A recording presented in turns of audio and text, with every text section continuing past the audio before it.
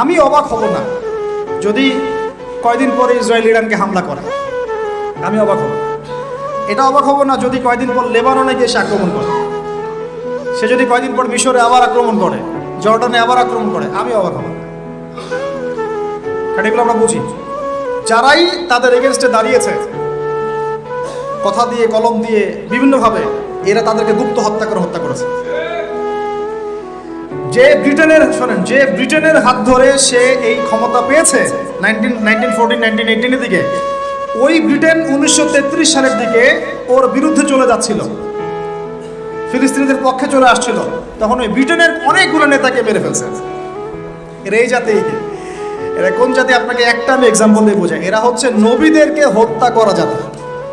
কোরআনে যদি এটা না থাকতো তাহলে আপনি বলতেন যে আমি মিথ্যা বলছি। এটা আমি বলি নাই, আল্লাহ পাক বলেছেন পবিত্র কোরআনে, তোমরা নবীদেরকে হত্যা করেছো।